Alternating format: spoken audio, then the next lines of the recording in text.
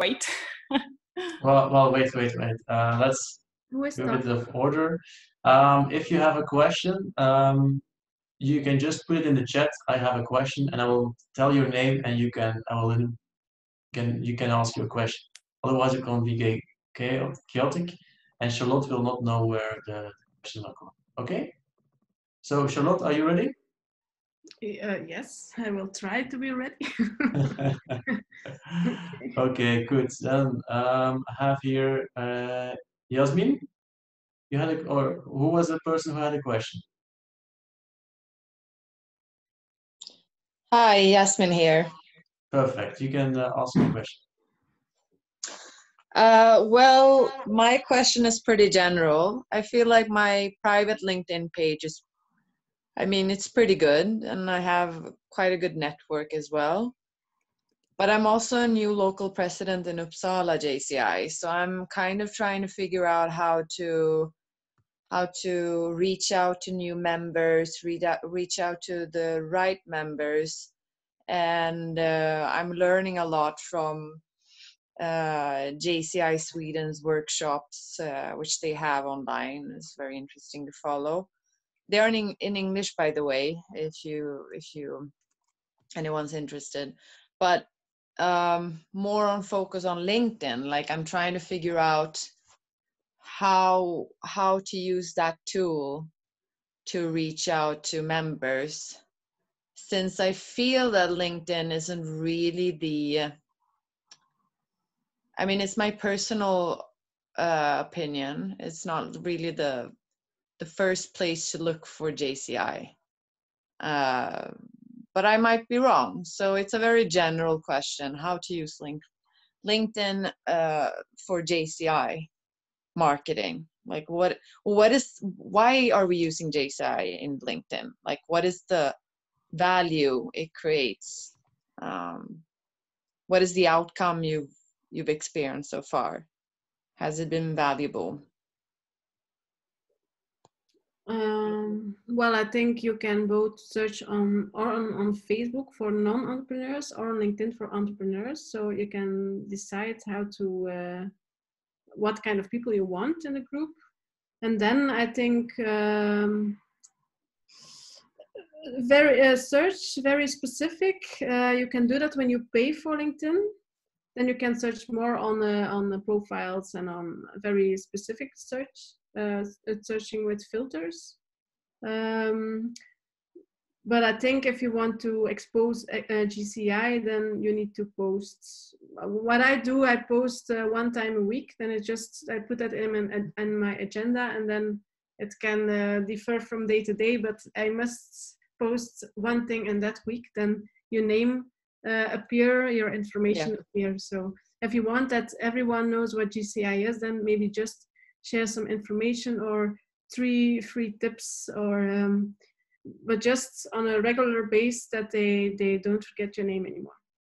Yes.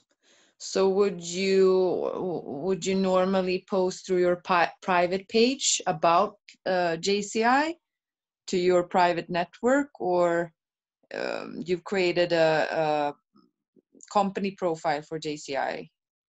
Well, normally there should be a company profile too that you can link in your experience. Then you see the logo.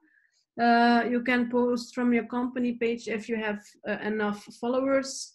But yeah, the best thing to post is from your personal page. But it depends a bit what kind of function you have in GCI. If it's just one of the group, or it's just like a member who has in the leading team or something, then it's not for everyone to post on his private page things about groups they're in. So that you must decide a bit for yourself. Okay. Thank you. If that is some kind of solution for your question. Yeah, it's still on a very vague level for me. Like, if I would open up an account, I guess I would know generally what to do.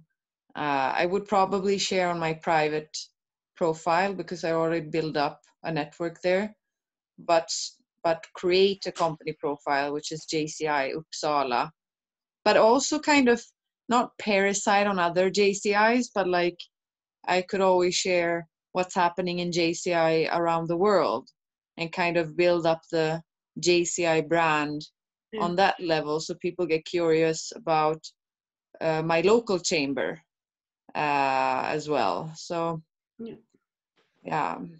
I would definitely use also the brand color and the logo every time, that your posts are a bit consistent. Then it's very visible as GCI, so everyone will notice it more easily. Yeah. Thank you. All right, somebody wants to step in with a question? It's your time to shine. I would add, question in the chat.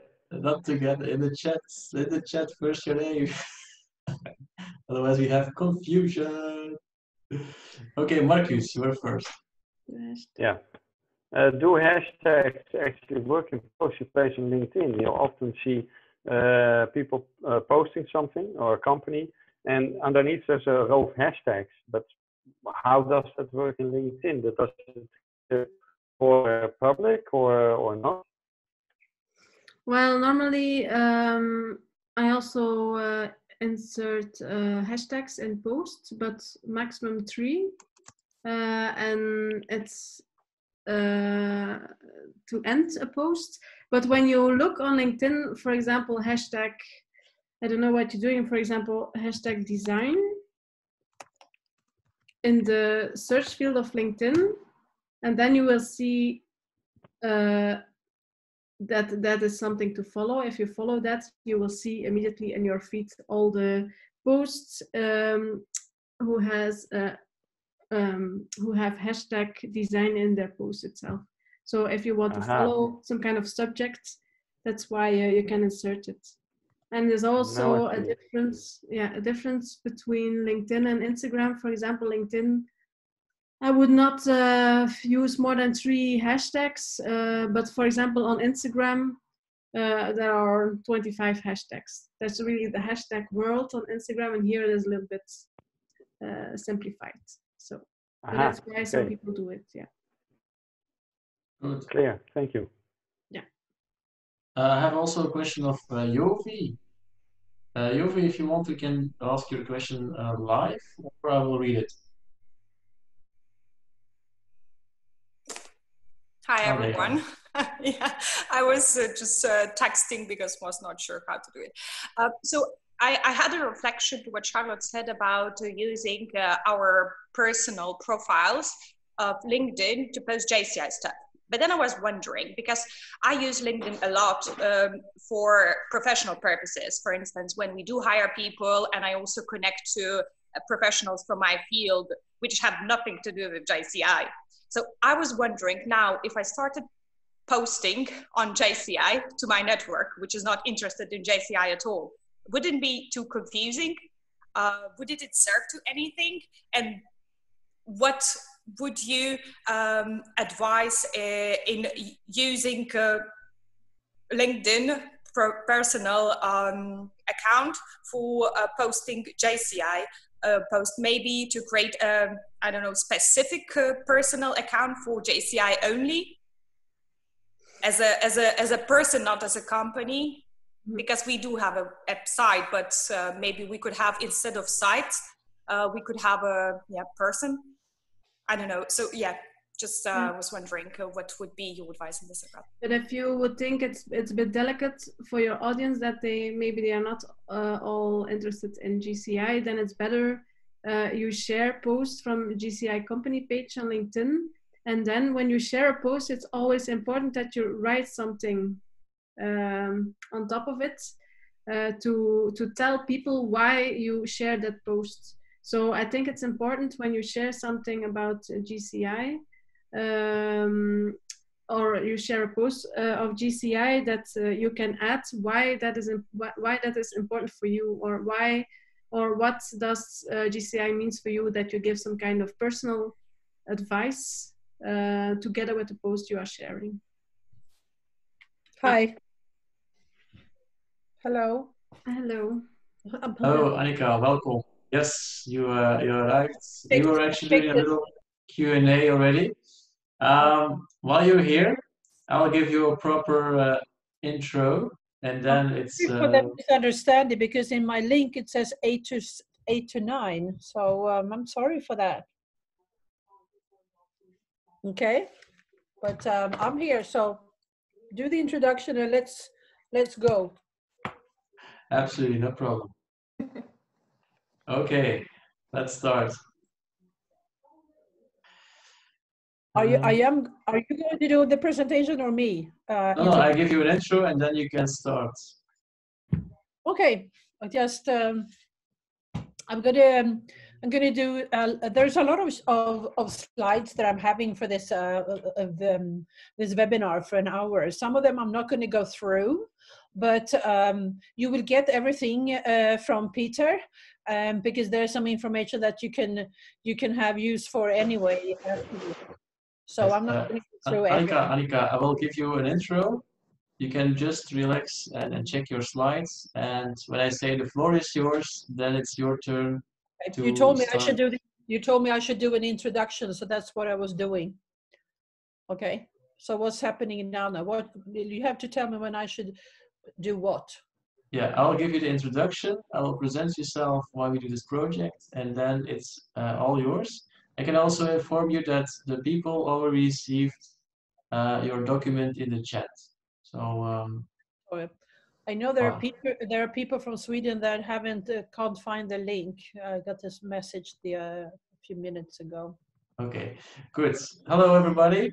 I am your host Peter van der Velde and project leader of this JCI Change Your Game 2020. Before we start, some house rules of this webinar. First, the cameras can be on and stay on. Questions can be written in the chat during the speaking time, or you can use it in the reaction button. And if you're having a technical failure, don't worry, you can always zoom in with the same link. I'm always letting people in. This project is funded as a tool for our members to deal with change. Maybe like you or your business were hit by lockdown. What is certain is that the crisis will have more and more a gigantic impact on our game we were playing. So it's time for a new game. With this project, we give confidence that change can bring a positive narrative if we create that change today. But who are we? Well, we are JCs, and JCI is an international NGO with more than 200,000 members worldwide. The organization provides development opportunities to 18-40-year-olds in business, community, internationalism, and trainings like this project, JCI Your Game 2020. JCs are trained in organizations to deal with change, to become leaders in the world we live in today. Therefore, I invited Annica Thorberg. In this webinar, you will get tips and tricks on how to use LinkedIn to build your personal brand with the aim to be a thought leader in your business field or your company and to be considered as a true expert within your industry. We'll learn how to build a LinkedIn profile that stands out. You'll get the tools and how to use it in a 15-minute daily routine that will give results and how to increase your LinkedIn social selling index. You will get tips and tricks on how to highlight your JCI experiences and careers and how to market the local chapter on LinkedIn. After the webinar or before the webinar, you will get a checklist and a guide. You will find it in the chat. But who is Annica Thorberg? In short, Annica is a CEO of a marketing house, and they help actually B2B companies to get better results from their web pages, activities, and gain more lead conversions with social media, blogging, content marketing, and strategy. But Annica is also a very passionate JCI with amount of experience. You can all read it in the Facebook page, or maybe Annica shall explain it to you right now. But let's go to Annica. May I present Annica Thorberg, how to use LinkedIn to brand yourself and JCI. Annica, the floor is yours. Thank you, thank you, thank you. And I'm going to share my screen just in a minute or so. Well, I'm a really true JCI passion ex-member, but I'm a senator today. I joined JCI in 1991. And the first meeting I went to, I decided never go back because I thought it was just a bunch of jerks and boring people that were doing a presentation of JCI. That was 1991. And today, 2020, I'm still very active, especially go to international conferences.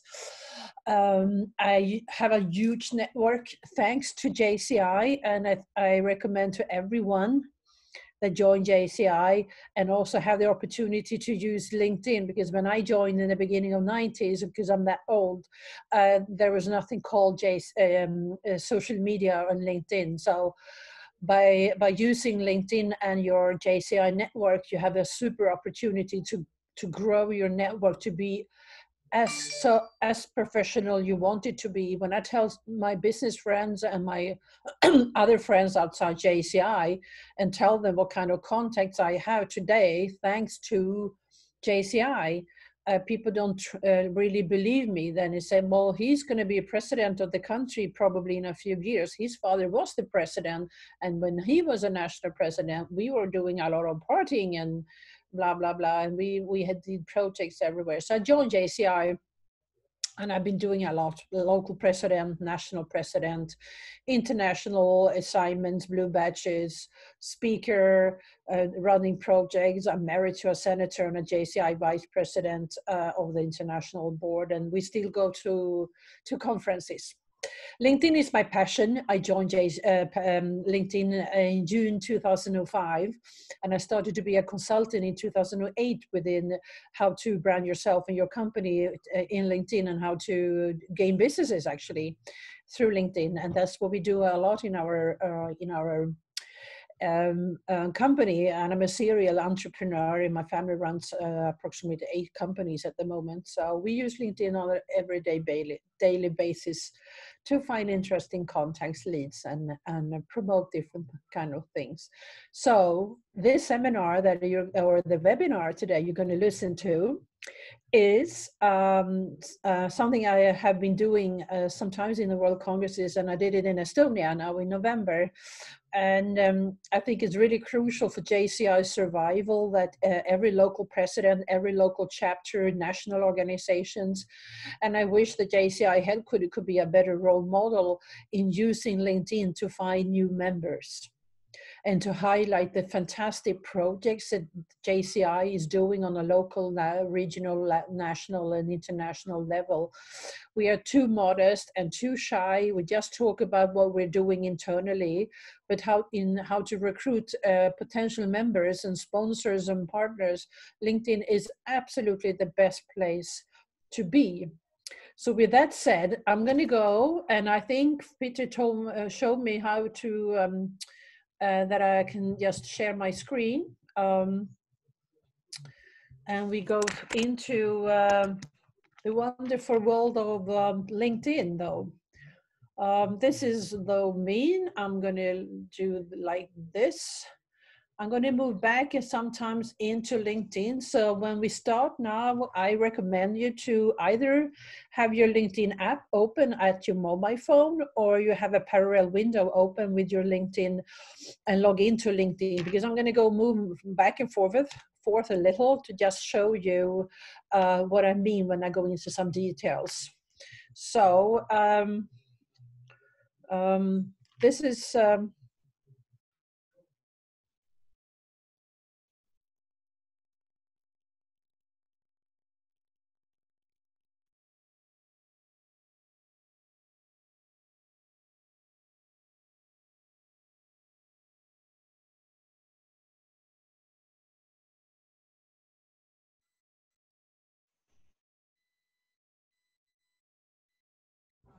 can you see everything? Just nod if you can see my screen. Perfect. I'm just going to move over to make it bigger. I'm sorry for the delay. I'm trying to do that and try to share it at the same time, and it just becomes completely black on my screen. Okay, here it is. So this is me. So how to use LinkedIn to brand yourself in JCI. and how to highlight your experiences actually. So we're going to go through this bullet point, fun facts. What is thought leadership? Your profile, who are you and who do you want to be on LinkedIn? And are you what you want to be on LinkedIn? How to e-mingle on LinkedIn and get the right network for you and nurture it in your way to hopefully accomplish a thought leadership status, or consider as an expert in your area, and how to sell your knowledge, start blogging, you and the company LinkedIn plan, social selling index, and 50 minutes routine per day. So when you go through the LinkedIn fun facts, I'm not going to go through the details here because it's just fun facts you can talk to people about on a dinner or in a bar or something, and just to brag that you know some LinkedIn stats. But it's almost 685 million members in more than 200 countries. And I wanted to highlight China because, as you probably know, Google, Twitter, and Facebook is not allowed in China, but LinkedIn is. And WeChat, that the business people in China use WeChat a lot, and LinkedIn bought WeChat some years ago, but still it haven't grown as much as we thought it should be outside China. But I think it's going to be very, very active. I think it's going to take over more and more from WhatsApp when it comes to LinkedIn. And India and China together are the biggest countries, of course. And there's a very, very big growth there within LinkedIn as well. So if you're planning to do business in those countries, LinkedIn is the perfect place to be. And you can see that 3.3 million people of all these people are, of the 685 millions, are very active and log in every month, and 40% use the platform daily. And consider yourself, you can just think of how often do I go into LinkedIn, and what do I do in LinkedIn, and compare if you are among these 40%. What you also probably have seen is that LinkedIn, when you use LinkedIn, the tool itself, it's now up in 20 different languages. Most people maybe use the tool in English. My language, Swedish, was one of the 8th language in the world, because LinkedIn opened up the Nordic country in Stockholm, and I was appointed to one of LinkedIn's top 10 influencers in Sweden, and we have regular meetings there. And that's why they also decided 2011 to make sure that the little tiny language Swedish was one of the first languages to be used in the actual tool. Most people think that LinkedIn is just a place to be when I'm planning to do a career move, or I'm going to change my work, or if I'm looking for a new employee. But today it's not only a digital CV database, but a complete digital marketing and recruiting platform actually. And here's also another statistics, fun facts.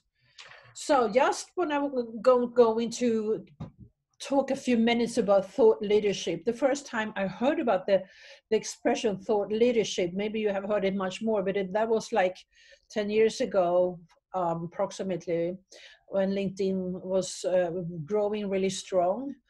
And before that, we also heard words like expert, or someone who is really good in a knowledge or something. But today, when LinkedIn has actually launched quite many years ago something called thought leaders, there are 500 people in LinkedIn who are appointed especially from LinkedIn to call thought leaders. They blog on LinkedIn, and they are gurus and very well known politicians and business owners or influencers, or just very famous entrepreneurs who are doing blogging on LinkedIn, and they are considered like LinkedIn thought leaders. 500 of them, and most of them don't even have a LinkedIn profile. You just have the platform on blogging on LinkedIn. That's why they also have a special logo behind to the right of the names, these 500 gurus. But when you consider, what do you think is a thought leader? We need normally says an informal opinion leader and those kind of people who other turn into when they look for answers or advice or recommend them.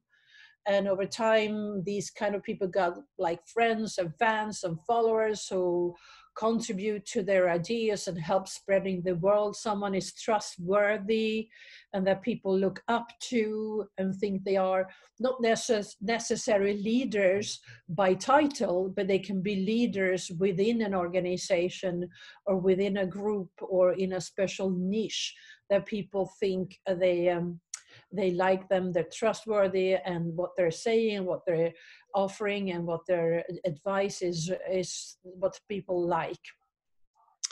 And journalists and media normally keep these experts in a record to ask for answers, opinions, interviews, and quotes.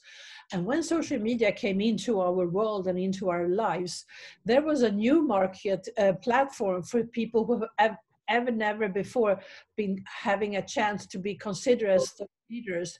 And in the younger generations, we today call them influencers. And that is something that younger people even think as a career move.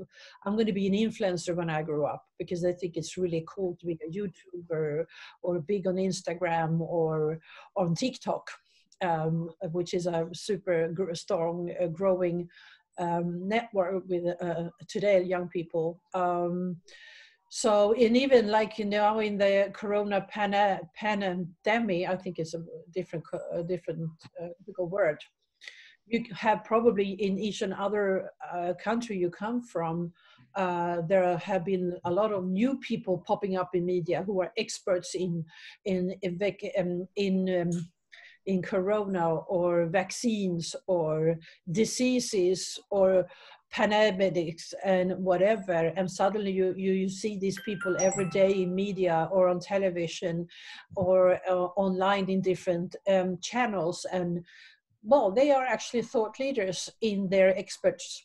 And that's also every time there is some new things going on in the world and you go into a TV show or the news, there is always an expert that sits in the sofa and answering questions or has strong opinions. And that is a kind of a thought leadership as well. So when you come into the world of LinkedIn, I'm going to give you some ideas of what people can like to see and consider people to be thought leaders within the business to business area, which is on LinkedIn quite different if you compare to Facebook and Instagram and Twitter, where people are very private, have very, very strong opinions about everything, private or political, not even always good opinions. Meanwhile, on LinkedIn, people are really more concerned about their brand and just don't express strong opinions politically or about other sensitive areas, because they know that my digital brand is normally going together here on LinkedIn with my profession or my company that I'm representing. So it's more of expertise in the business life that we consider thought leaders on LinkedIn. And I don't know if you have heard of our young woman, teenager Greta Thunberg, who today probably is called, considered as an influencer or actually a thought leader, as she is really working very hard to put the politicians to focus more on the climate problems we have in the world, and get a lot of attention, and are interviewed in so many places and have done so much for the climate change problems. If you compare that to Greenpeace, who also is a thought leader in their area as an organization, you can see that a person can be an influencer and also an organization, but it could be a company as well. And like JCI, I'm still, after so many years I've been in JCI, I'm still surprised that JCI is not around when it comes to talking within UN in climate meetings more than we try to, because we have a voice and we have so many good people working in the organization who are members. So we could definitely should be considered as a thought leader within the areas we are working in, young entrepreneurship and leadership. So I still hope that JCI will have a stronger stronger appearance and consider thought leaders more than they do actually. And thought leaders comes in all forms and sizes, from any kind of background, society, and age. It doesn't play any role, nor their sex or age actually. But not everyone can be thought leaders. It's not something that you point yourself out that I am a thought leader. It's normally someone else who is appointing you to it or consider you to be a thought leader or an influencer. Bragging about that you consider yourself an expert or a thought leader is, at least in the mentality of the Swedish mentality, it's like we don't like that. It's like bragging. It's up to someone else to consider if I am good, if I am an expert or not. But knowledge and expertise in a special niche and trustworthy and visible, and showing that the knowledge they have and are willing to share it to inspire others is probably considered things that a thought leader do. But if you also are considered from others as a thought leader or an expert, then you can see, especially in JCI World Congresses, etc., the keynote speakers, for instance, are typical famous for their expertise, and conference arrangers and media and TV and newspaper, etc., are really looking all the time to find these experts to share their knowledge to the public. So that's a little bit of thought leadership. Maybe it's just something that it's nothing new for you, but for some people I get some questions like, what do you mean by thought leadership? And there's a lot of talk, and the expression thought leadership is mentioned quite often, especially in LinkedIn. So that was a short introduction to how to be considered a thought leader and what we mean by it. So if you go into the evening subject, who are you on LinkedIn? And are you already considered as a thought leader or aim for it? Maybe you're a thought leader within JCI, or within your football club, or your neighborhood, or within your company already. Probably you are, and some people don't realize that they are, because they just do what they normally do, and they have a passion for it, and love to help and give advice.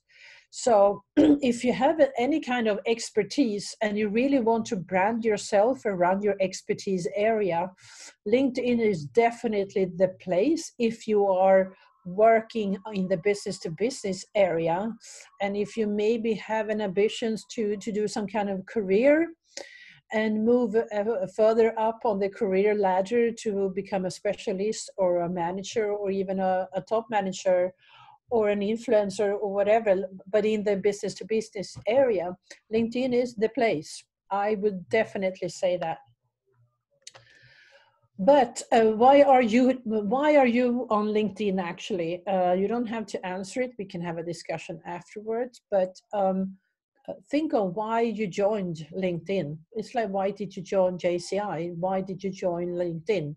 Maybe the first time is because you wanted to put your CV on. I'm quite impressed that almost 700 million people authentically put their CVs on to display for everyone else to see, actually. But the most common reasons for people are joining LinkedIn is to find a job, networking, to brand yourself, to build trust, look for trust, find leads and customers, do marketing activities for your own company, or you as a consultant, or for the company you're working for, who is the bigger one. Find a cooperation and partnerships. Look for venture capital. I'm a serial entrepreneur, and we are now in one company that I'm a co-founder of, looking for venture capital And it's amazing how easy it is to find the right people on LinkedIn and approach them and connect in a good way. And you get straight into to a very, very interesting area of people. And you can get knowledge. There is an online training opportunity on LinkedIn called LinkedIn Learning. They bought an online training platform called Linda a couple of years ago, and now it's called LinkedIn Learning.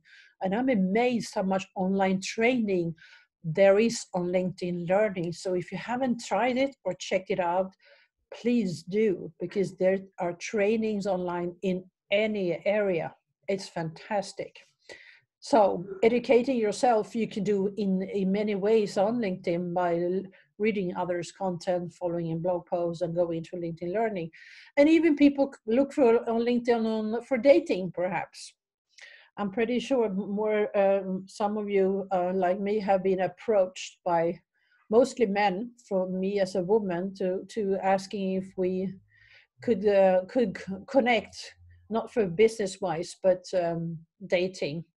So you never know. LinkedIn is for everything. So if you go into your personal and professional brand strategy, so after this webinar, grab a coffee or a beer and write down a little, or check your CV or your presentation on LinkedIn you have today, and think of, what do I want others to think of me? What do I want to do with my brand? What do you do best? What kind of things are you doing and you're feeling the flow really? And what do people say about you when you're not in the room actually? And what do you love to work with? What do you like to share to others? What kind of knowledge and expertise area do you have? And then you go back to your LinkedIn profile and check out if it's visible there. And maybe you have a friend or a colleague who can say, actually, honest, can you look at my LinkedIn profile? What do you think? You know me, you know what I want to do, you know what I wanted to go from here to in the future.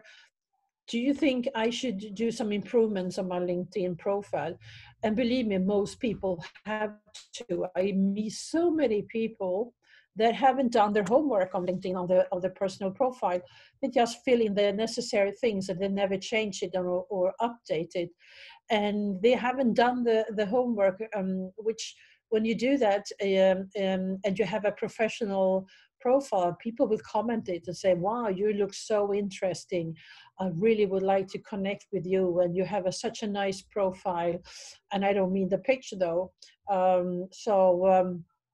And when you're doing that and people give you compliments of it, even the recruiters see it, or venture capitalist companies see it, or potential clients see it, that this looks like a person who looks much more interesting than most people are on LinkedIn. This is someone I really want to have in my network. I get curious actually. So this is a little homework you can do, because what you do when you put it down and you put down some keywords and think, this is what I want to be found on or be recognized for and well known for, it's what we call your brand position strategy. As soon as you have that written down and we start working with your LinkedIn profile, it comes more natural and more easy to make sure that what kind of content I share, what kind of others' content I like or share or comment, or people I follow or people I increase in my network would probably have represent areas or companies or industries that rhymes with my career goals or my profile or my expertise area. And there was someone, people say, do you want to be with good-looking people? Do you want to look good? Be with good-looking people. Do you want to be rich? Be with rich people. Do you want to be a leader? Be with leaders. So your profile is super important, but you should also reflect things that I'm talking about a little longer in this webinar about. It's not just about the profile, but we start there, and the next step is also how you act on LinkedIn, what you do on a daily basis actually. So what I mentioned though is it's quite funny expression is what people say about you when you're not in the room. Could be good things, it could be bad things, it could be nothing, it could be a lot, it could be things you didn't get surprised when you hear it. There could be a lot of things that could really surprise you and even sometimes even hurt you because there are things that you maybe don't know that people like or don't like. So the more you put up your brand position strategy about what of the good skills and the good things about you and your profession you can show in LinkedIn, the more people will probably trust you and consider you trustworthy and interesting. So I just mentioned it. There is a LinkedIn group a LinkedIn group with JCI people, and in the end of last year there was almost 10,000 members, and I cannot find it anymore because I had some questions to the administrator, and she took it completely wrong and thought I was a spamming person, so she threw me out. It's the first time in my life I've been thrown out from something in JCI and thrown out from something in LinkedIn. So probably she has blocked me totally. So I cannot even see this group anymore. It's a great group. I just had some questions because I was a member of it, but I can't see it anymore. So you can check it out to see if it's still there. And if there's approximately 10,000 members, it's a good way to combine LinkedIn with JCI. So we're going to see how much time do you really spend on social media, to be honest, and which is your favorite channel for spending your time. Is it Facebook? Is it Instagram? Or are you a tweet person on Twitter? Or are you like me on a daily basis on LinkedIn? There was a survey showing how much we spent in minutes on social media from 2010 to 2019. In 2019, we spent average on a global perspective of 157 minutes per day in social media per person. 50 minutes on Facebook, or actually 8.5 hours per month. Gosh. Instagram growing 53 minutes per day, or 9.2 hours per month. Quite much, because I probably spend more and more time on Instagram than I do on Facebook. But what do you think that people average spend in minutes per month on LinkedIn? Don't get shocked, but it's 17 minutes per month. Can you believe it? It's too little. LinkedIn is really worth much more love than that. And I can't imagine why people are not spending more time on LinkedIn. And that is the biggest issue itself for LinkedIn, they tell me.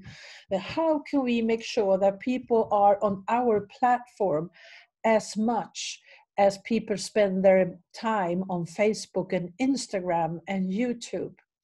So that's why they're moving in and doing more activities like LinkedIn Learning, LinkedIn Blogging, events, etc., to make sure that people are naturally visiting LinkedIn on an everyday daily basis like they do on Facebook and Instagram. So please make their 70 minutes per month to 70 minutes per week and 70 minutes per day, like I normally do.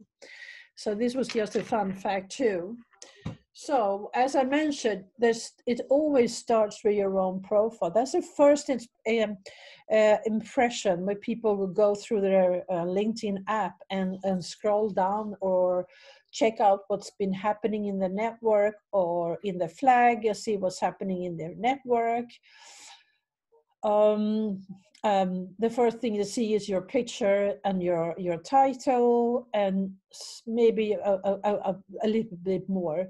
And more, approximately 57% use LinkedIn with their mobile phone. So that means that compared to other social media, people use LinkedIn through a desktop computer more than the other ones, totally. On Instagram, you cannot do that in a good way, so it's not comparable. But anyway, there's a big difference from having a profile on LinkedIn and be active on LinkedIn.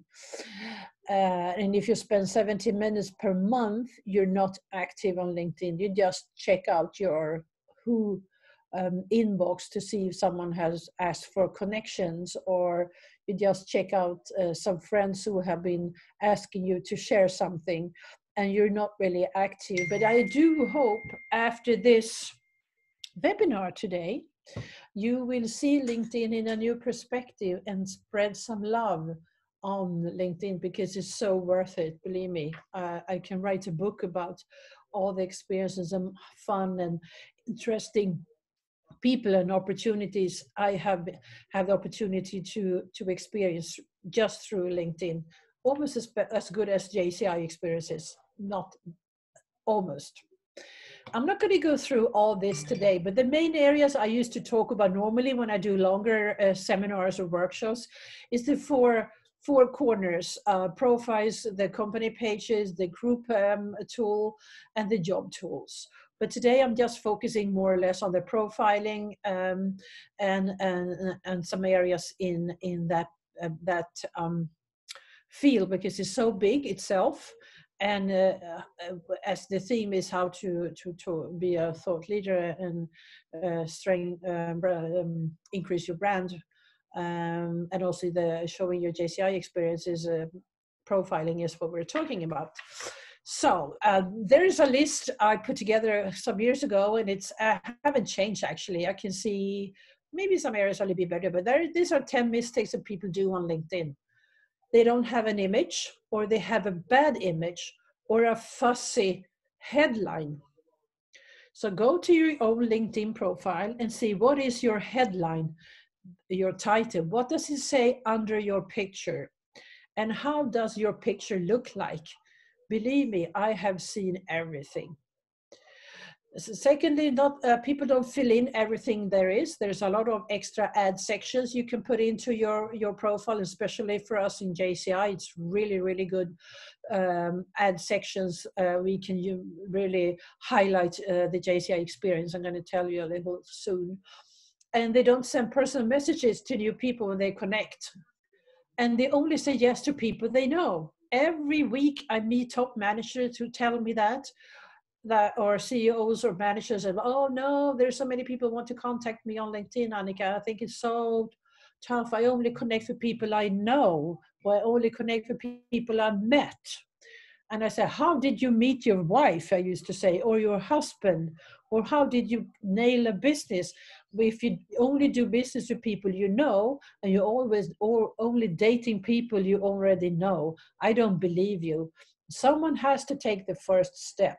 So promise me, you who are here today, open up your eyes and look outside your comfort zone or your network. You never know who is around the corner. It could be your next investment, your next boss, your next employee, your next career move. You never know. Open you up for networking. And I don't think I need to say that to JCI people, because we are good in networking. But that is such a big mistake that people say. So I say, why on earth are you on LinkedIn if you just wanted to connect with people you already know? You don't need LinkedIn for that. And you're not active, and you just think it's a net for only when people look for a job. You don't like, share, or comment others' content. You're like you just see what people do, and you don't act. Because when I go out and meet people at webinars and seminars, people say, "Oh, I read a lot of what you're doing, Annica. I think you're doing good things there." But well, I never seen you telling me that. You don't put up a thumb or a like or a comment. No. I'm not sure.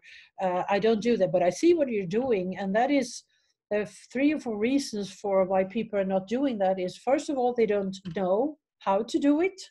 If they should like a comment, they don't dare to share because they don't know what the boss is saying, so they don't do it. And if they share, they're so afraid of what their network is going to say if they share something. So most people just don't do anything to appreciate a post. Maybe put up a thumb, but that's it. And they don't create own posts. They just comment on others, but they don't create their own content. And they don't have any goals or routines for their LinkedIn presence. But if you just follow 5 of these 10 mistakes, you will be among the top 1% that are doing so many things. And in the end of this webinar, I'm going to show you a tool that you can measure that you will stand out completely from the rest of your network by doing all these things that I'm talking about. So I can move back here because first impression lasts. Some really bad profiles.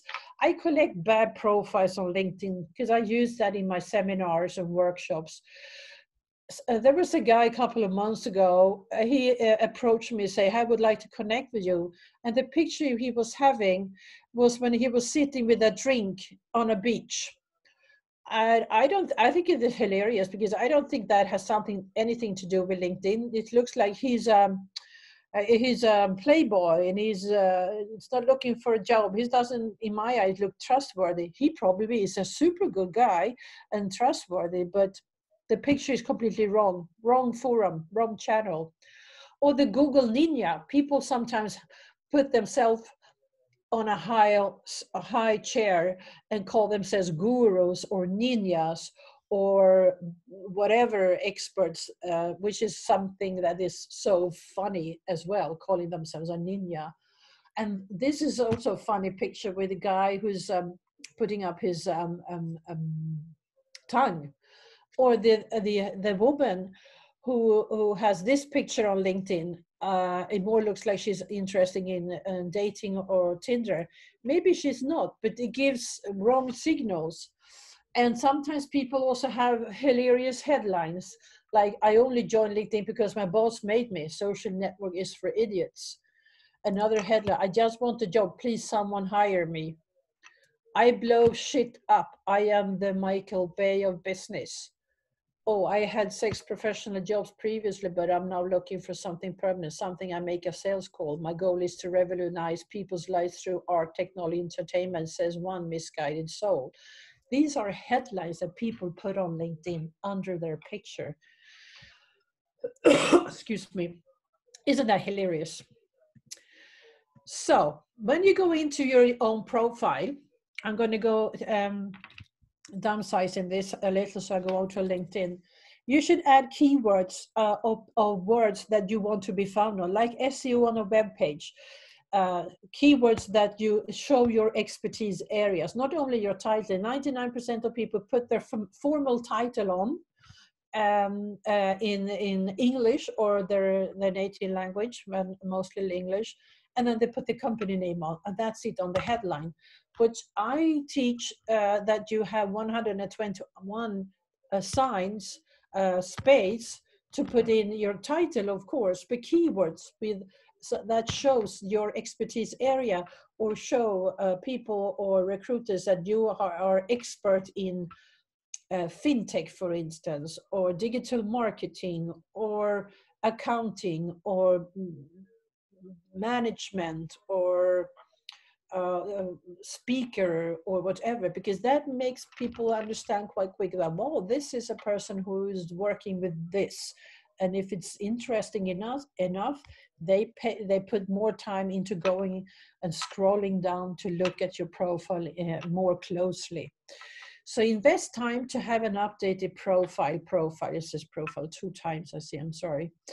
And LinkedIn rank your profile. So if people use the search area on LinkedIn, more and more common today, they don't just looking for names and company and titles. They look writing keywords like they do on Google. You can be coming on the top page within your expert area if you just do this SEO profiling of your LinkedIn profile. And LinkedIn rank your profile in 5 areas: your headline under your picture, the About Me section, where you put keywords and sentences with the important keywords in your previous job, called your experiences. on the headline and also the text under your profile. And skills, don't forget JCI skills. It ranks. So if you want to be high ranked as a speaker about artificial intelligence, you should put up artificial intelligence everywhere in these places. These 5 places LinkedIn rank your profile among others. You should also add media to your about you and to your experience sections, and fill in all information and all features that you can. And you can also showcase your JCI experiences by adding sections called projects, voluntary work, certifications, trainings, awards. A lot of us have gained awards through JCI. You could put up that to be shown on LinkedIn as well. I'm going to go into my own profile and show you what I mean. I'm just going to do this.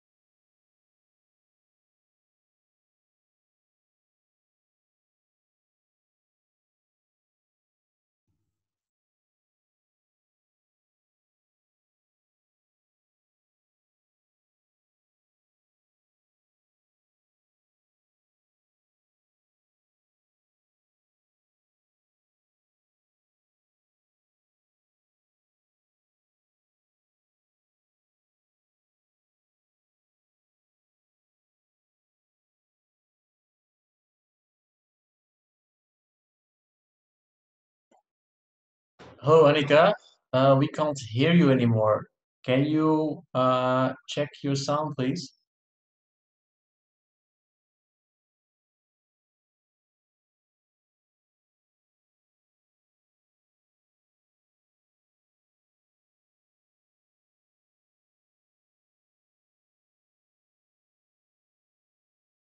Annica, can you hear me? Maybe if you drop her a message, maybe, but if she doesn't read the chat, I don't know if you have her telephone number or something. I just messaged her. Let's see. She hopefully she will get it. Okay. Oh, wait, I sent a Webinar. message. Looks like she's having good time and talking though. I think this is one of the memorable ones for sure. You can send her a message by LinkedIn, then she will see it. Okay. Maybe we can all put our cameras on and message to her that she has to stop or something. Yeah, just like, hello, hello. Okay, okay.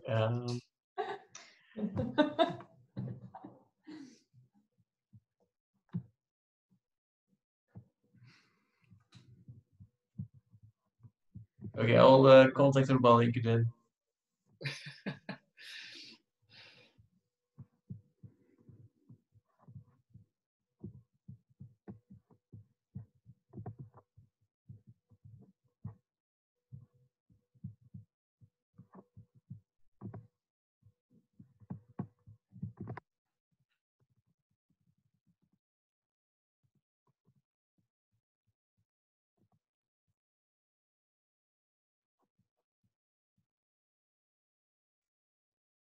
Hello, everybody. Maybe if we start waving and maybe she will see us. So all the ones with cameras on, go like this. I don't hear anything. It's sad. Andy says you will die. No sounds, no sign, Annica.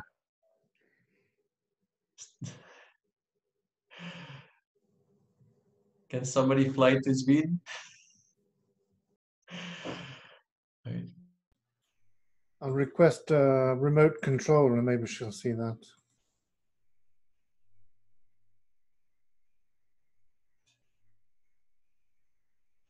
Very handy. Thank you, Rian.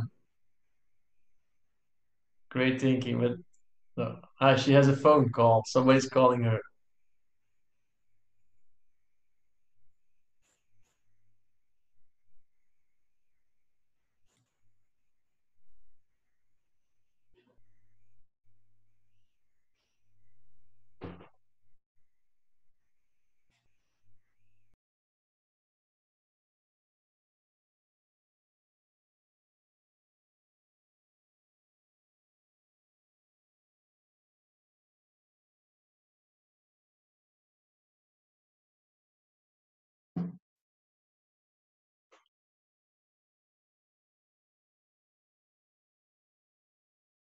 Okay.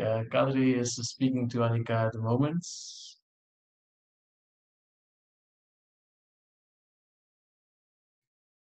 I think it was because she was going to the website. I have that problem. I have had that problem again, also in Zoom once. When you change your layout and when you go to a website, you have to fill in your password again for Zoom.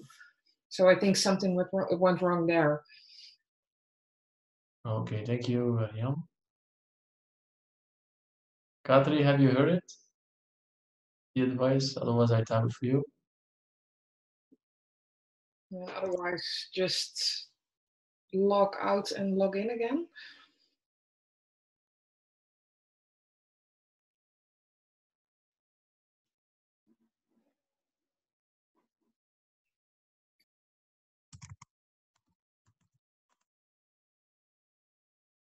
Okay, we are working on it.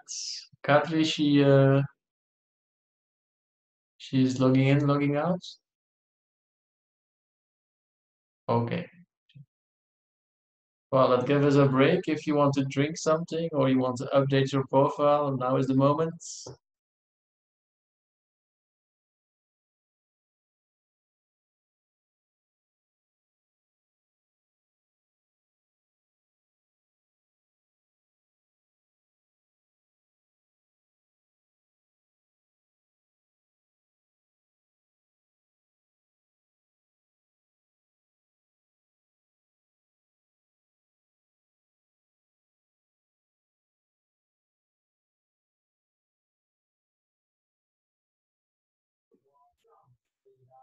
Do you hear me now?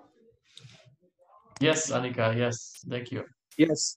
Yes. Welcome back. Yeah, and I took away my my headphones and I'm speaking straight into to the computer. I'm so sorry. I didn't see anyone sign or anything. Andy was really trying hard.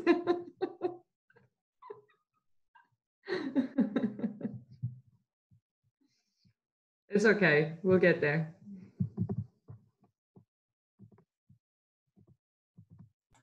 It's gone again. Okay, it's working. Yeah. Perfect.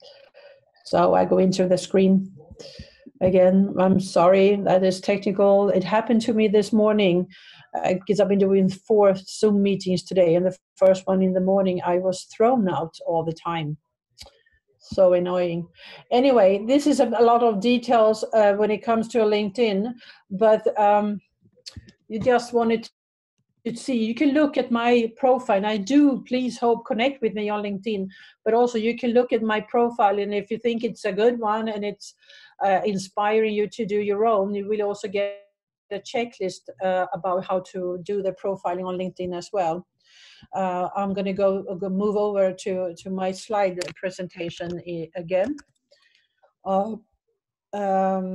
like this one here, because when you do this profiling, you come up in search.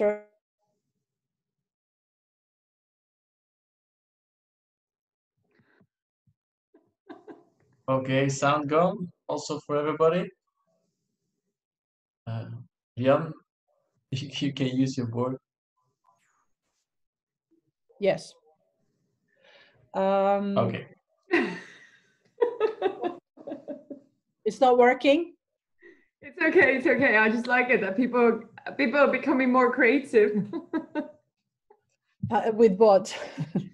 You know, just to sort of give signals to each other. But it's okay. Sorry, I'll just shut up right now so you can continue, Annica. Yeah, that's fine. Well, the easiest way, because when I'm doing the screen with my PowerPoint presentation, I put it on a big screen. I cannot see your videos. That's why I didn't see when you were doing signs or etc. So the best way, if you lose me again, call me or send me a text message or a WhatsApp message, because I don't see your videos when I'm having this big screen on my link on my PowerPoint. Anyway, this is an important moment, because if you want to rank better, this is a first step of increasing your brand on LinkedIn, because a professional profile is number one. And I'm surprised still that people don't pay love to it and pay attention and time to really have a super good LinkedIn profile. And to come up on the first page on LinkedIn is quite cool, actually. And it gives you interesting contacts and cooperations, and people really look at your profile and want to connect with you. And there is also a measurement called LinkedIn 100% complete profile to be a star, and it helps you to LinkedIn tells you, well, you should fill in this thing and this thing to make sure that you have a complete profile. So, so when you go into and do that profile with the checklist I'm going to give you, there are some tips that you also, for the next step on LinkedIn, is that you need to have a strategy and a goal. So we're going to talk about that. And superintendent's profile we just talked about, and you have also need to have a network email strategy, and make sure that you are active and create your own content as well to highlight your experience and your knowledge and your expertise. You need to be engaged in others. So when you have your email strategy, I call it, and you should connect and build your network and have like a goal and a strategy for that, and at least connect with 5 to 7 new people every week, and you can take the first step. Or check out every day people who have reached out and want to connect with you, connect with them back, and also do a you on LinkedIn. I think you have a very interesting profile, and I'm working with this and this. I would love to have you to share my network with you, so you have a personal message with it. Also check who viewed your profile almost a couple of times per week to see if there's some cool people that have visited your profile but still haven't connected with you. Maybe you should take the first step. And just don't connect with anyone. There are some people on LinkedIn, quite many, that connect with everyone that had 2 legs, I used to say. I have people in my network that had 30,000 connections, which is the biggest you can have. That's a maximum you can have. But it's not interesting to have 30,000 contacts, because that is not good for the algorithms and the visibility of the content you do. Better have people in your network that are 500 or 1,000 or 2,000 people who are exactly the right kind of people, instead of having 30,000 people around the world that doesn't understand your language, are not in your industry, or don't even care about what you're doing, because that will affect the algorithms and the visibility of what you actually are doing. But connect with people you really can walk your talk, or can help you with jobs, or open doors to new businesses or other opportunities you're interested in, or can help you find clients, or be a partner, or find influencers in your network. And a very good way of doing that is to use this tool here, the LinkedIn code. I hope you know how to do it, or I can show it when I'm ready with the seminar. So you can have your own QR code when you're networking in JCI conferences, for instance, and say, hey, would like to connect with me on LinkedIn? Well, here's my QR code. And it's a tool in the LinkedIn app. I'm going to show you if you don't know how to find it. And having a big professional network is gold, and add JCI network to it is going to be dynamite, because I've been so active in LinkedIn so many years, and all in JCI for almost 30 years, and the network is really paying off almost every day for me and my husband still. So you have to decide your own LinkedIn strategy and networking ambitions. And you can also, there are first, second, and third degree connections. And you can not connect with the third degree connections. You have to be introduced from a second one. But from the app, you can normally today connect with some third degree connections anyway. And don't be afraid of reaching out. Tool on LinkedIn as well, where you can see what your network is doing and comment it and share and say that, hi, I saw you got a new job, or I saw your comment on this post, I really like that, and I would like to discuss that further on, or etc. So you nurture your network all the time. And you can also use these tools with mentions by tagging people or give kudos. And kudos is a way of highlighting people for specifically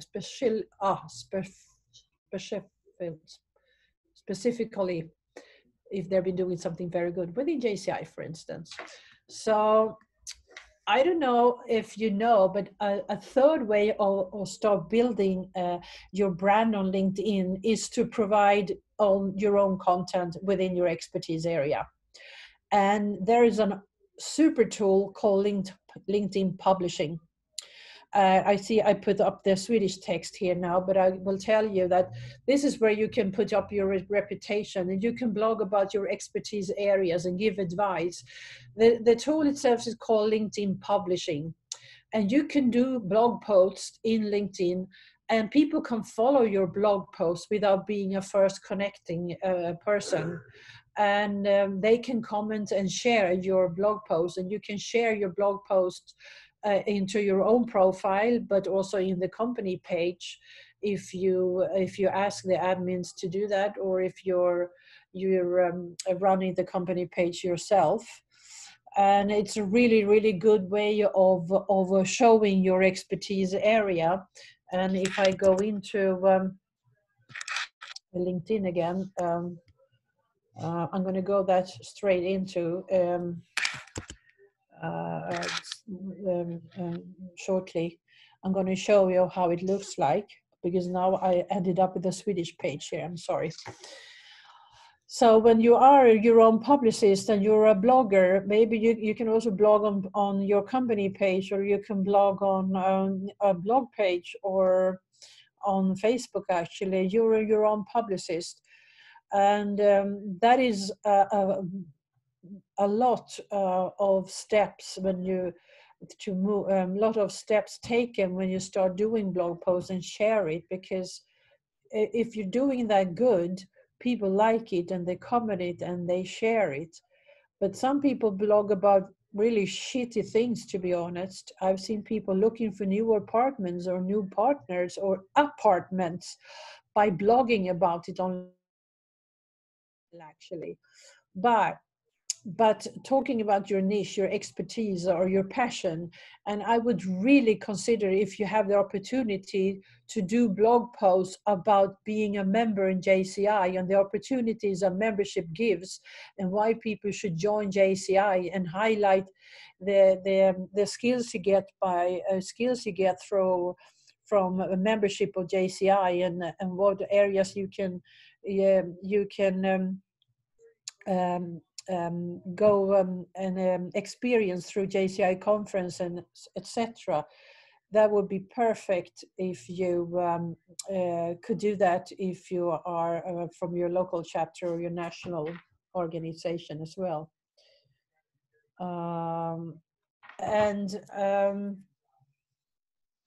The thing is that when you do blog posts, we call it write an article.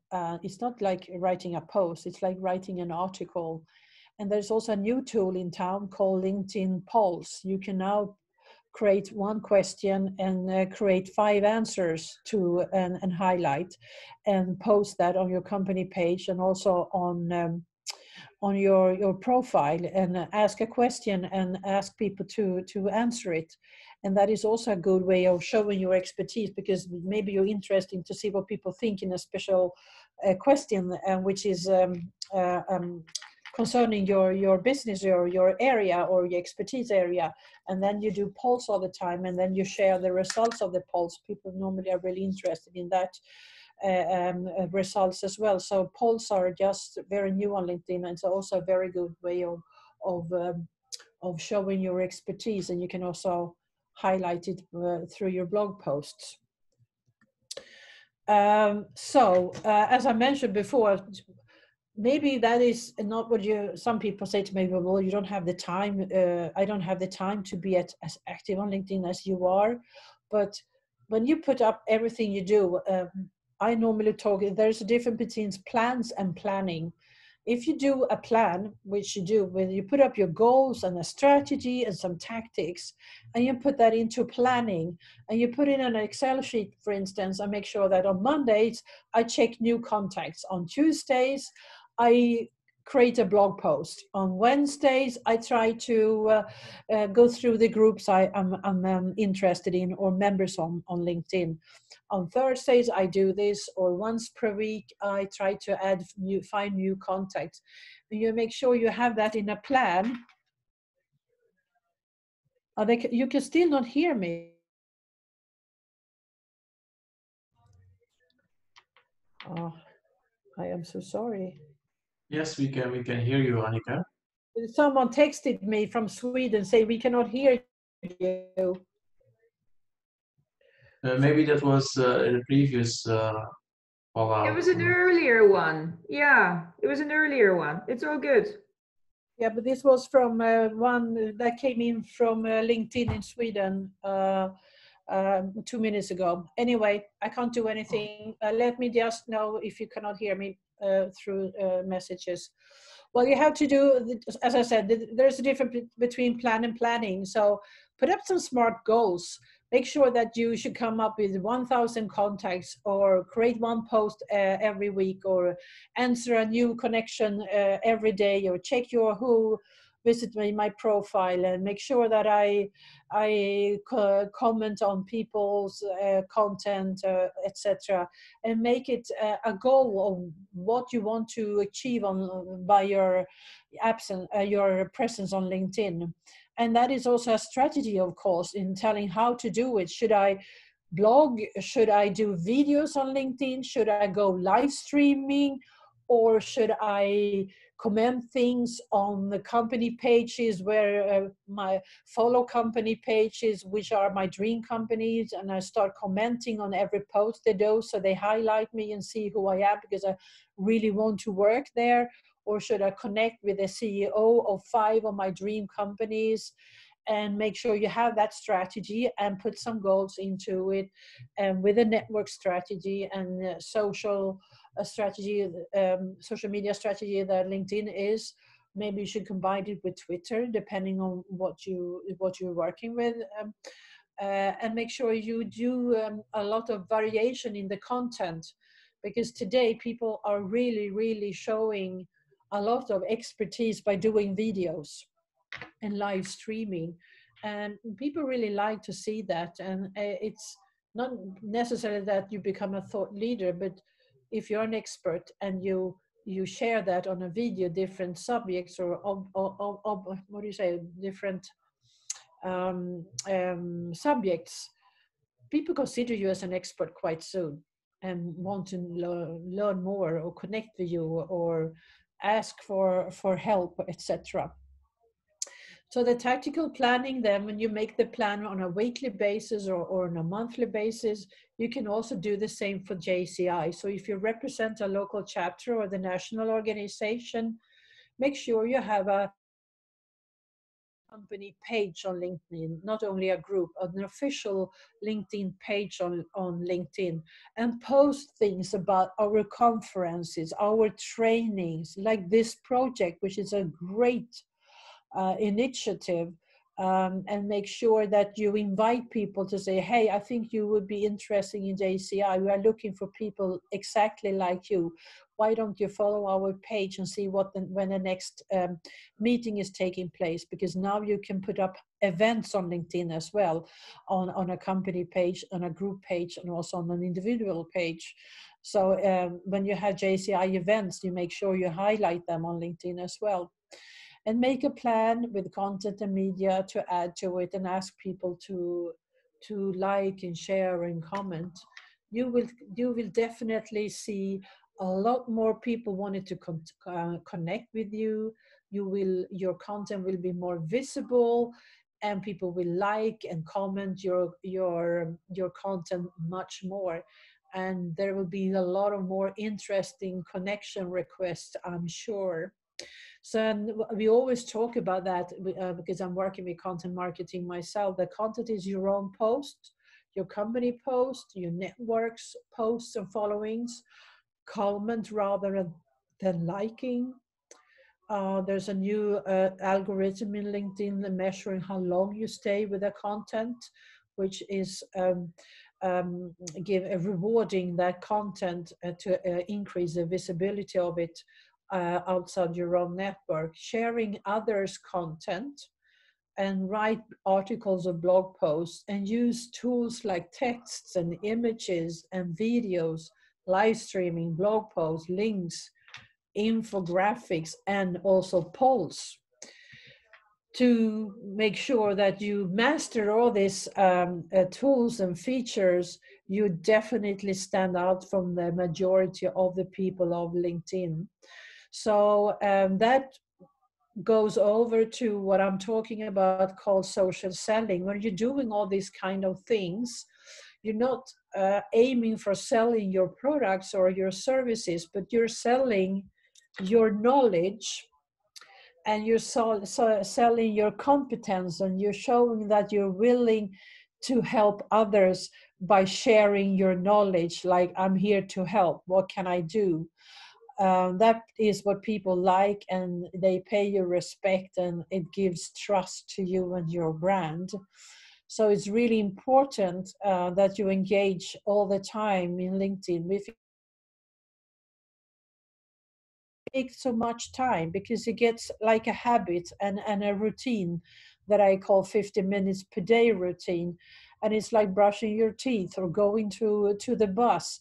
Or locking the door and checking your mailbox, whatever. It's a routine, and the more you do it, the easier you get, and people see that you are active on a daily basis and sharing and encourage people and applaud people. And if someone is asking for something, don't sell yourself and say, hey, call me, we set up a meeting. That let me know what I can do for you, and give advice directly, and show that you are expert in the area and here to help.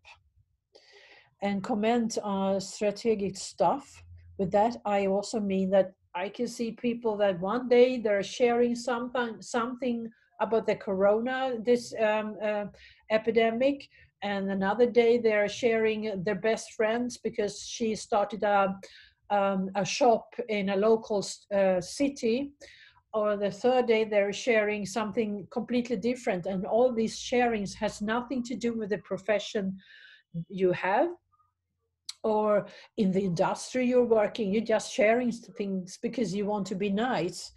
And sometimes I call them shareaholics, because people want to put you in a corner and want to make sure, well, what are your expertise area? What are you well known for? What industry are you in? On what are you talking about?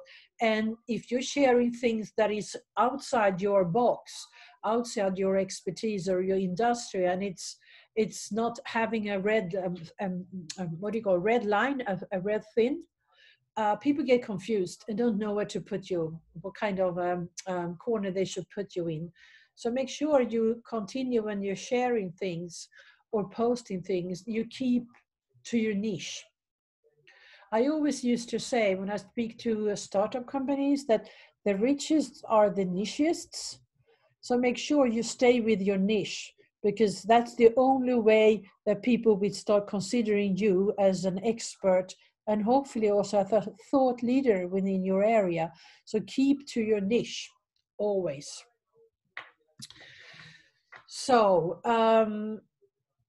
when you go into social selling, that is social selling. You can nurture your first degree contacts with tips and tricks, or hey, I saw this article in your industry, I'm not sure if you saw it, I send the link to you when you use the inbox, or this was such an interesting post, so how come you did that, and you comment and you connect with people that you think are interesting, and by saying that, I think you are interested, I would love to have you in my network because of, and use that, because we JCI people, we are very good in networking and mingle of when we are at conferences and meetings, we are the pros actually, and use that skill to put it also on LinkedIn, but be personal but not private, professional on LinkedIn, a little bit personal, professional, but not so private, and that will open up doors you can never thought that you had the opportunity to get into, and meet people, interesting people that you probably can meet outside LinkedIn physically when we can meet physically again. So that is also something we call social selling in a way. So think right, think smart is also an expression I used to say that expand your network with decision makers and influencers within your industry, within your interest, within your professional. Connect with other marketing managers, connect with CEOs in the industry you are in, or in the industry you want to be with, or with other managers or experts within the areas you want to be in as well. And nurture all the time people around you in your network, and also give endorsements on skills. When you put up your skills on your profile, others can go in and highlight those endorsements by clicking endorsements. So that means that people can see on your skills that 52 people endorsed you for speaking, for instance. That show other people that, well, there's a lot of people think that this person is a good speaker, maybe I should call him or her, because we need a speaker from this area, or around this expertise area. But you can also give recommendations, which is strongly, where you can ask people, please, can you give me a recommendation, because we were working together in this JCI project, and I think we were doing a really good job. I would really consider writing a recommendation on LinkedIn for you, and maybe you can do that for me too. And that is really, really strong, because that is people's own word about how well you work together in a project, or in your office, or in a client-customer relationship, etc. So don't be afraid of asking for recommendations from people that you think could give it, because a couple of months ago, I did a training for a LinkedIn. Met him for 2 hours, and then directly after he wanted me to write a recommendation for him, and I said, I cannot do that, because I know you a little, but I have no clue how well you and your company are doing for clients, so I cannot write a recommendation yet, but I can give you endorsements for skills. So I did that as a first step. So when you measure LinkedIn and your social selling and your activation on LinkedIn, there is something called LinkedIn's Social Selling Index. And it's a measurement of your success that LinkedIn has put up. And I am going to show you where you can find that. And let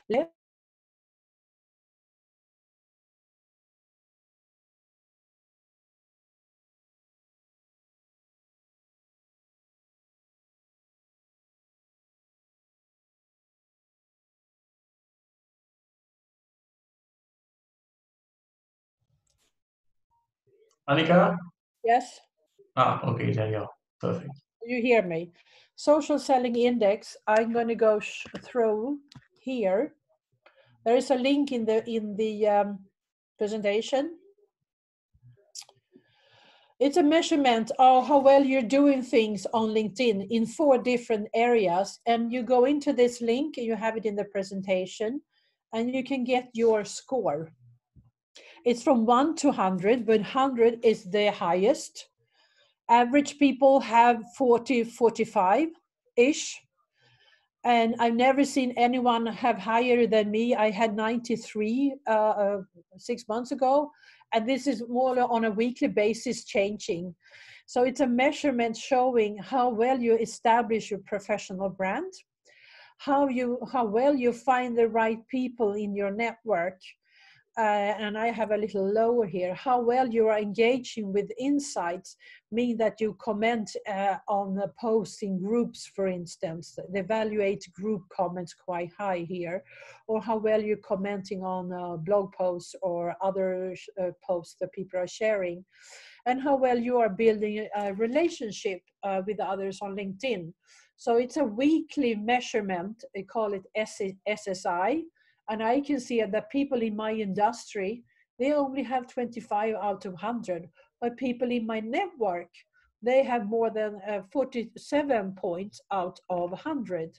So this could be a good way of sharing and not sharing, testing.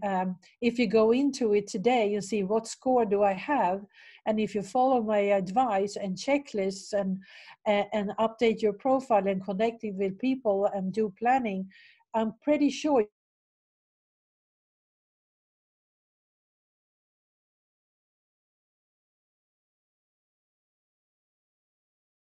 Annica, you muted yourself.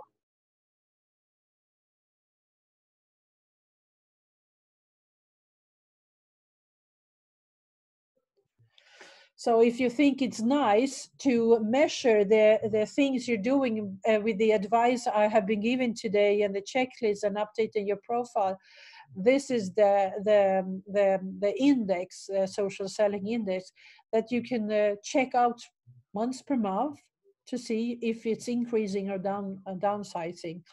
I check it out every week, actually, just to make sure I do the right things for me and myself and the knowledge I have as I work with LinkedIn. So if you haven't done it before, I hope you check it out directly. It's fun.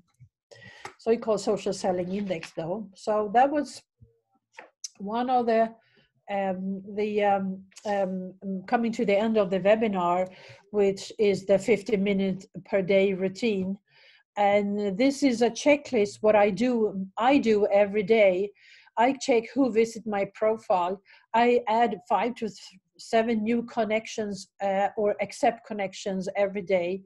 I always check the flow of LinkedIn, showing what's happening in my network, so I can see if I can share something, like something, or comment something. I write a blog post at least 1 to 2 per month, mostly, sometimes less, because it's in my plan. I do my own posts every day on my company page or ours, or on my own post.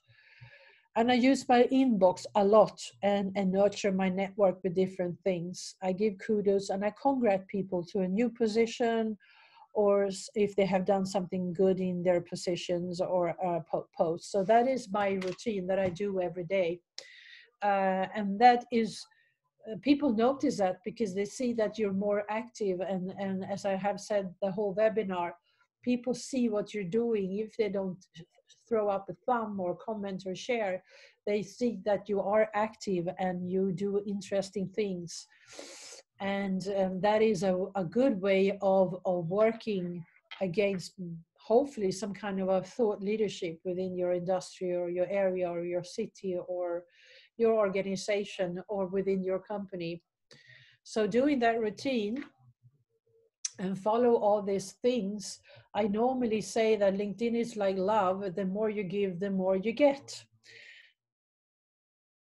I've been active on LinkedIn for 15 years, that I consider LinkedIn is such a revolution for the network. Because when I joined JCI, the reason I went to my second meeting in a JCI meeting in Stockholm was that there came an executive vice president from the international board and say, hey, are you interested in finding new connections?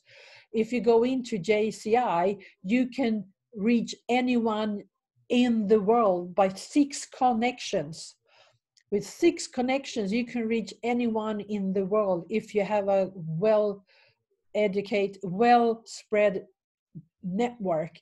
And I thought, oh my gosh, 6 connections. I was like 27 years old. And this is an organization I really would like to know more about, because I started to build my network within JCI. What I didn't know then, or no one did, as I said, there was no social media at that time. So when LinkedIn came, they used the expression that you can reach almost anyone in the world by 3 connections: your first degree connection, your second degree connection, and also through the third degree connection. So suddenly, with a good network of JCI members and also using LinkedIn, I am so convinced that anyone who joins JCI or LinkedIn can reach anyone in the world by 3 connections.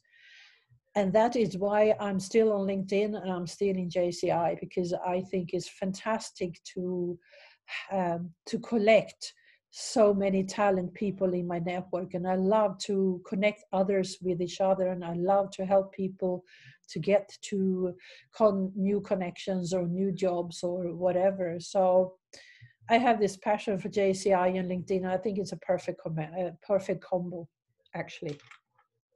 So finally, I am ready and I'm fine. I'm finished with the webinar for your group of people.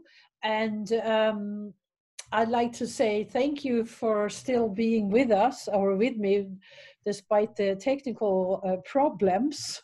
And I'm sorry for that. Bad connection or bad Zoom, I don't know. But I would love to hear if you have any questions. Is there any questions about the presentation or your own LinkedIn or anything? I'm here. May I ask a question, or should I write in the chat and wait my turn? Well, you already took the speaker seat, so just ask. Okay, thank you very much, Annica, for the information.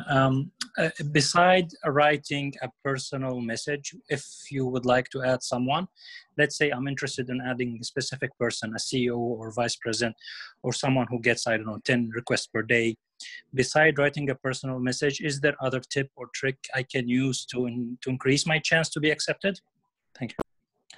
Yes, you can add a link, because maybe you saw an article with that person who was interviewed in a magazine or on television, or you saw a post that he or she did on LinkedIn, and you can add that like saying, I saw that you were sharing this post, or I saw you had a new job, or I saw that you were working in the same industry, or we went to the same school, or I think that your career is really interesting because I read about you. So anything like that you can always add into it, but be personal and honest and don't push it. People normally say yes, but I think the key is to put the personal message and telling, this is me, I like to connect with you because of, and maybe add all in some of these things that I mentioned. If you have seen anything, you can do some research of the person, or going into the company page on LinkedIn or their web page, or check the person's profile to see if there are any common interests. Maybe you see that you both have skills in Disk, or you've been working in Microsoft, or something that is you share in common. That normally increases the chances of people saying yes. Thank you. Welcome. I have a next question or hand raised by Rianne. So Yes. Rianne, you can unmute yourself and ask your question. Thank you, Annica, for this webinar. A lot of good insights, I think. One of the things I'm always struggling with is whether I write something in Dutch or in English. Yes. Well, I love Dutch and I speak a little Dutch, so it's very nice if you do that. That is a very common question. And as we only have 1 hour of the webinar today, I didn't have the time to tell that.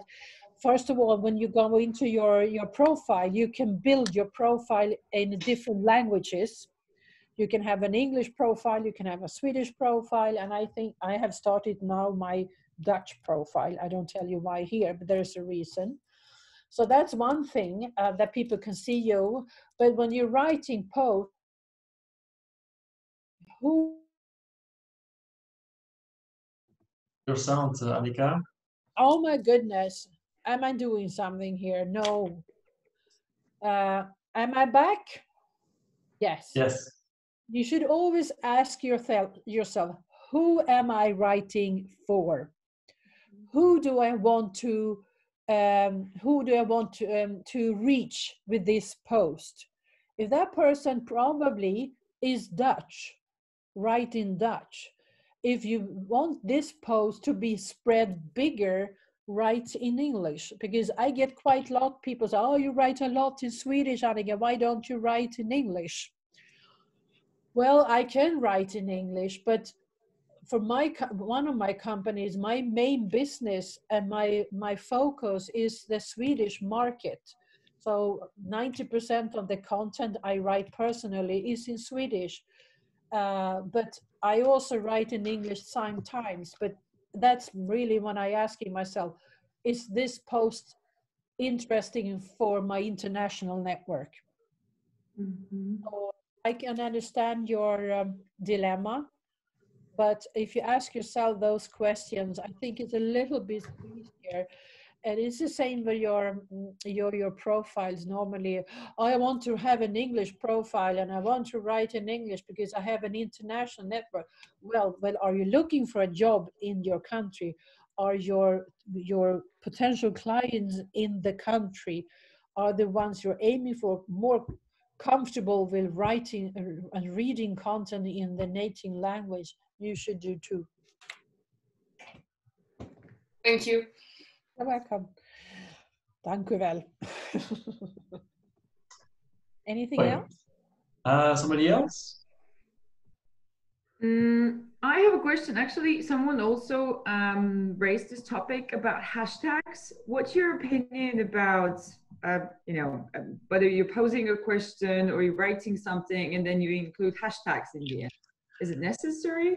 Yes, I love hashtags. I actually have written a hashtag strategy for social media. I can show you why it's so good in LinkedIn. I normally recommend, when I do trainings in Instagram, I normally recommend not more than 11 hashtags. On LinkedIn, I normally recommend don't add more than 3 hashtags, but do please use hashtags. Why? Because if you want to share a specific subject, you go to this search box. And for instance, if I write down junior chamber in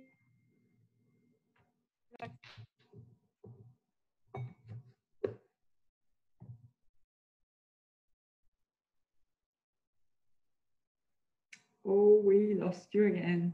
Annika, your sound, please. Yes, we don't hear you. Microphones are not working.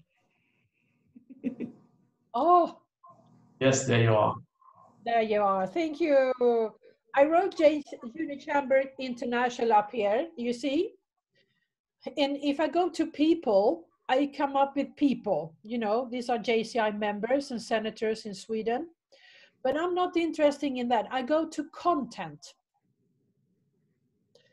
And that means that every post that has been written in LinkedIn, where people have mentioned Junior Chamber International, shows up here, and you can scroll.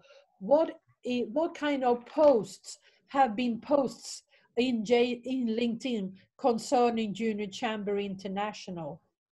So when you do a hashtag for Junior Chamber International or leadership, or like inbound marketing that I'm working with, if I write a post and I hashtag inbound marketing, that means that my posts will come up when people are looking for content, the content button. So that's why hashtags is really important. And that's why also LinkedIn suggests some hashtags when you do postings. But I would recommend not more than 3 or 4, because people get annoyed.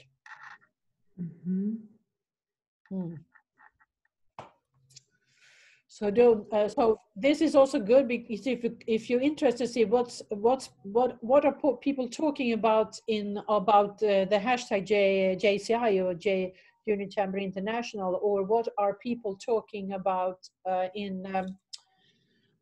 social media marketing, everything that is hashtagged comes up in the stream, and you can find super interesting content to comment or to like or to share, because you have that.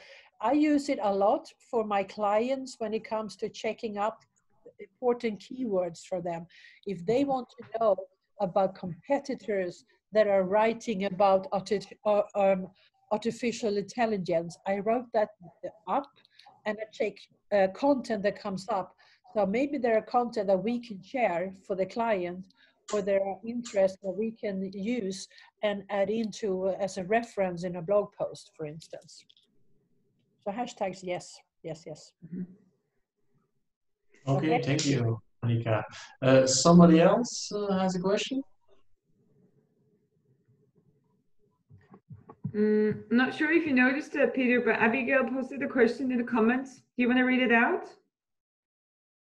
Oh yeah, please, is it a good idea to have or attach his or her CV on LinkedIn?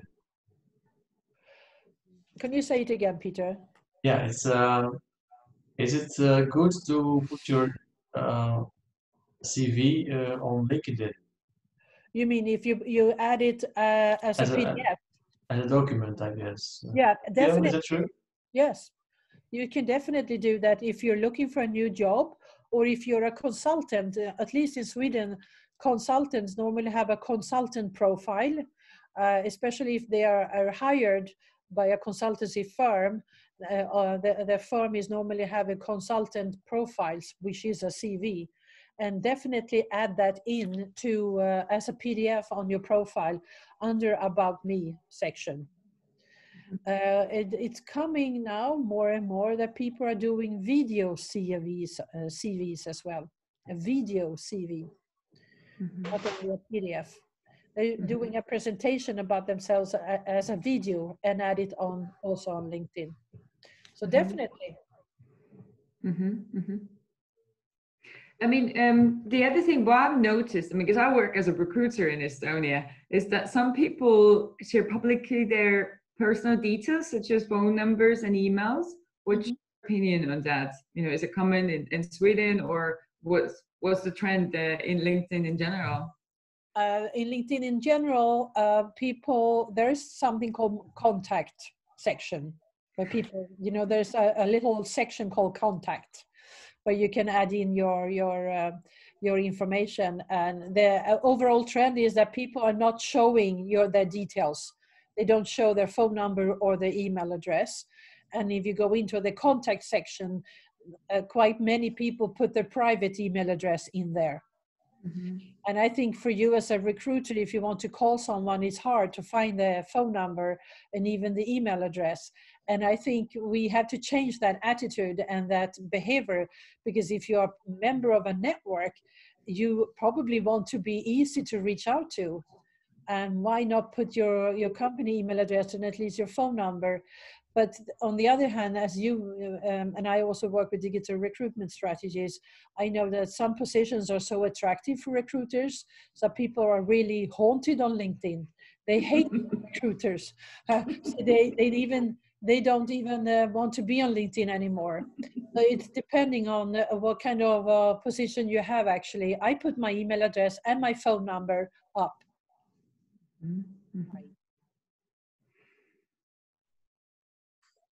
Annica, with the sound. I don't do anything. I don't do anything. My computer is haunted today. I don't know what's happening. I'm so sorry. Maybe we should let you go, you know. Because most of the people don't Wait. put the company email address in because people change their job. And when you go into it and you register your profile on LinkedIn for the first time, most people never put the company email address in as an email address in the contact with LinkedIn. And the profile, when you log in, you have your private email address. So I think people should not be afraid of showing it. But I think some people don't want it because they think that people are going to call them all the time, or salespeople are calling all the time. And my information is very visible. I don't have a problem with people haunting me in that way. So Noticed. I think it's a generation change. Older people are so afraid of doing so much things on LinkedIn. They don't want to share things. They don't want to connect with people they don't know. They don't want to show their phone number. I think it's going to change with younger people.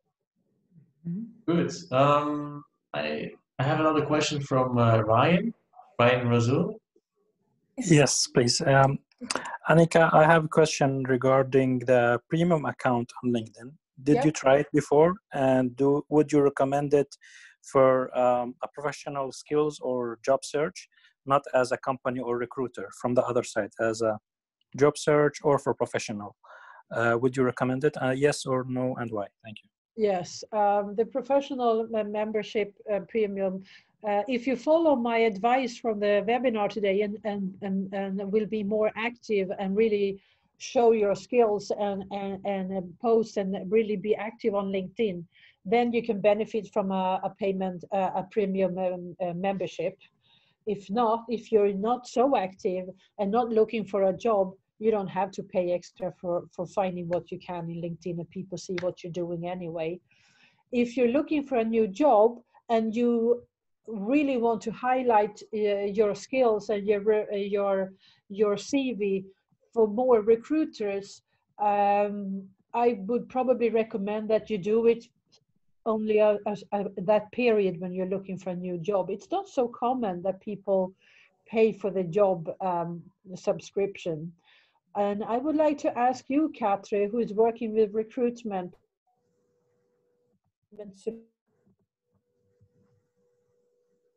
Sound, Annica, I'm sorry. Could you repeat that again? I mean, I think the sound went on and off, so we lost you for a moment. Oh, if you're looking for a job and really want to be highlighted into recruiters' network and database, I would recommend that you pay for a job subscription a couple of months until you find the right job, and then you don't have to have it anymore. But you, as working as a recruiter, Katra, maybe you have a paying solution for recruiters, and that you also appreciate when candidates have that kind of a membership, that they're really are more visible for recruiters when they have this payment. I never bought the job seeking solution myself. I know that in Sweden it's really, really rare to do it. So I don't have my own experience in it, but I can only say that it could probably be a good way to do it, but just on a certain amount of months when you're really looking for a new job. So I cannot say exactly if it's right or not, Ryan. Okay, thank you very much. I think for the first timers, there should be a first month free, because I've used it sometime in the past as well. And you can have a look who's viewed your profile, and sometimes it can be beneficial. You know, you can reach out to people, you know, build a contact or whatever, just say like, you know, I like what you do and so on and stuff. If you're looking for, you know, projects to work on, then I'm happy to help, or XYZ. Yeah. That was sort of like the main aspect. But definitely, if you haven't used it before, you should be able to use the first month for free. Yeah. You can always do test every subscriptions for free for a month. I'm using, for instance, Sales Navigator, and that cost me €50 a month, quite expensive. but I have use for it anyway. So, but normally the premium membership for businesses, you can come quite long without paying anything by following my advice. Okay. Okay, thank you, Annica. Time maybe for a last question. Okay, you're quiet. That's good. Maybe you answered everything, Annica. No, don't hesitate to ask me questions on the LinkedIn inbox if you want to ask personal questions. And if you're updating your profile and you want to have a second opinion, I'm there for you if you want to, and if you're there. Okay, thank you very well, Annica. By the way, I noticed that if you come closer to your computer, the computer actually shuts you down. I think the other ones with the cameras also see that. Anyway, thank you very much, Annica. Thank you. And Peter, I'm going to send you a new updated presentation because there was one slide that was totally in Swedish. Okay, well, if that update is finished, send it to me and I will send it to spread around. Yeah. Maybe even on LinkedIn. And see you on LinkedIn and please connect. And see you in a conference very soon, I hope. Maybe in Japan. Absolutely. Yeah, absolutely, yes. To conclude, thank you very much for staying. And Annica, one thing, if people stay on a webinar, it means that they have received value. Thank you. Otherwise, they just check out. So many people stay till the end. So thank you very much. Thank you. Technology problems happen. That is live in webinar. But anyway, very well done. And actually, this is very applicable for my own situation and maybe for all of us. But LinkedIn, I have a profile of 5 years old, and I don't think I'll score that well as you are, maybe 1/3. So this is a wake-up call, and that's why we have this project, Change Your Game, to be really active. Yeah. Annica, give us all the knowledge or the basic knowledge where we can really take action. The video is recorded and it will be available and you can see it repeatedly and will be sent by email. So take action. As Annica actually said, it's very nice. You have to do it, 15 minutes, plan it, and give yourself some dwelling time on LinkedIn from now. And your JCI, if you're a JCI, your time will actually build a network for life, Annica, isn't it? Yeah. That is also your main mission, as we actually spoke before. So please take that in hand, and also our other webinars. I have a surprise for you. In 2 weeks, we have business networking, but also specialized on men and female, how to contact with them, because there is always a difference. And it's given by Derek Riley, was a very experienced trainer, but also was the DC Dublin director. So see you there in 2 weeks. Definitely, be there. And by then, you will be a LinkedIn expert. Thank you. Thank you, have a nice Annica. evening, morning, or lunchtime, and see you next time on webinars. Have a nice day. Thank you, everyone. Thanks a lot. Have a good evening. Bye. Bye. Bye. Thank you. Thank you. Bye-bye. Bye-bye. Bye-bye. See you later.